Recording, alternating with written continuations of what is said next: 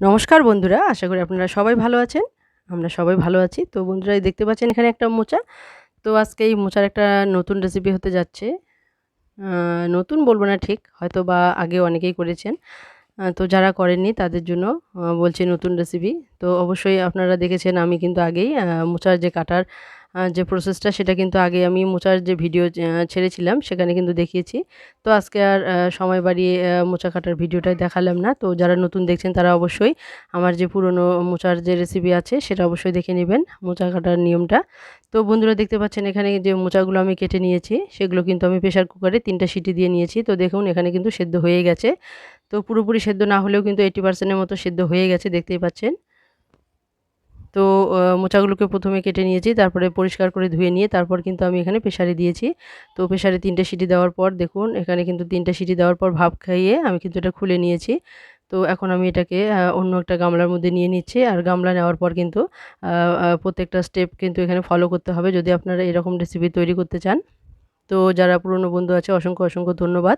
তো এভাবেই সবসময় পাশে থাকবেন, কারণ আপনাদের ভালোবাসা খুবই প্রয়োজন। আপনাদের জন্যই কিন্তু আমি অনেকটা পথ এগিয়ে এসেছি। তো আপনারা অবশ্যই পাশে থাকবেন। তো বন্ধুরা, আর যারা নতুন দেখছেন তারা অবশ্যই বলব বন্ধু হয়ে বন্ধুত্বের হাত বাড়িয়ে দেবেন। আমিও সবসময় আপনাদের পাশে থাকব। তো বন্ধুরা, দেখতেই পাচ্ছেন এখানে কিন্তু মোচাগুলোকে আমি একটা ভারী গ্লাস দিয়ে কিন্তু আ ভালো করে থেতো করে নিচ্ছি। তো এখানে কিন্তু যেহেতু এটা সেদ্ধ, তো কিন্তু খুব সহজেই কিন্তু এটা থেতো হয়ে গেছে। তো দেখতে পেলেন আপনারা আমি একটা কাঁসার গ্লাস দিয়ে থেতো করে নিচ্ছি। এরপর হাত দিয়ে ভালো করে কিন্তু এটাকে কষলে, কষলে একদম কিন্তু মিহি করে নিচ্ছি। তো দেখতে পাচ্ছেন, তো এভাবে কিন্তু ভালো করে হাত দিয়ে কষলে, কষলে মিহি করে নেওয়ার পর কিন্তু দেখতে পাচ্ছেন এখানে আমি চিপে, চিপে এর যে জলটা আছে সেই জলটা কিন্তু পুরোপুরি বের করে দিচ্ছি। তো দেখতেই পাচ্ছেন এখানে, তো আমি অন্য একটা পাত্রের মধ্যে এগুলো চিপে, চিপে তুলে নেব সব। তো বন্ধুরা, দেখতেই পাচ্ছেন। তো এভাবে ১ম এ কিন্তু সেদ্ধ করে নিতে হবে। তারপর কিন্তু চিপে, চিপে যে জলটা আছে সেটা বের করে নিতে হবে। দেখুন কতটা জল বেরিয়েছিল। তো আমি কিন্তু এমনিতে তুলে নেওয়ার পরেও কিন্তু জল ঝরিয়ে নিয়েছি। তারপরে দেখুন চেপার পরে কিন্তু এটা যখন মিহি করে আমি হাত দিয়ে কষলে নিলাম তখন দেখুন কতটা জল বেরিয়েছে। তো বন্ধুরা, দেখুন এখন আমি পুরোপুরি চিপে নিয়েছি এখানে। তো বন্ধুরা, দেখুন এখানে আমি কড়াই বসিয়ে দিয়েছি আর কড়াই পুরোপুরি গরম হয়ে গেছে। আর এখন আমি দিচ্ছি এখানে সর্ষের তেল। তো বন্ধুরা, দেখতে পাচ্ছেন। তো এই রেসিপিটা তৈরি করতে গেলে কিন্তু তেল একটু বেশিই লাগবে, কারণ একটু বেশি করে এটা তেল না দিলে কিন্তু এটা সুস্বাদু হবে না। তো বন্ধুরা, দেখতে পাচ্ছেন এখানে আমি কয়েকটা কাঁচা লঙ্কা আর এখানে কয়েকটা শুকনো লঙ্কা দিলাম। আর আমি হাফ চামচ পরিমাণ এখানে গোটা জিরা দিয়ে দিলাম ফোড়নের মধ্যে। তো বন্ধুরা, দেখতে পাচ্ছেন এখানে যেহেতু কড়াইটা গরম ছিল খুব তাড়াতাড়ি কিন্তু লঙ্কাগুলো ভাজা হয়ে গেছে। তো এখন যে চিপে রাখা যে মোচাগুলো আছে সেগুলো কিন্তু আমি দিয়ে দিলাম। তো মোচাগুলো দেওয়ার পর কিন্তু মোচাগুলোকে ভালো করে ভেজে নিতে হবে। তাহলে কিন্তু এই স্বাদটা আরও দ্বিগুণ বেড়ে যাবে। তো বন্ধুরা, যখন আপনারা এরকম করে রান্না করবেন তখন অবশ্যই মোচাগুলোকে একটু ভালো করে ভেজে নেবেন। আর মোচার জন্য এখন আমি দিয়ে দিচ্ছি লবণ। তো দেখতে পাচ্ছেন এখানে, তো আমি স্বাদ মতন দিয়ে দিচ্ছি লবণ। তো আপনারা আপনাদের পরিমাণ মতো লবণ দিয়ে দিবেন স্বাদ মতো। তো বন্ধুরা, অসংখ্য, অসংখ্য ধন্যবাদ যে সমস্ত বন্ধুরা এখনও অবধি আমার সঙ্গে আছেন। তো বন্ধুরা, দেখুন এখানে কিন্তু ১ চামচ পরিমাণ আদা আর হাফ চামচ পরিমাণ জিরে গুঁড়ো আমি নিয়েছি। তো মশলাগুলোকে কিন্তু আমি জলে গুলে নিব। তো আমি আজকে কিন্তু কাশ্মীরি লঙ্কা দেব না।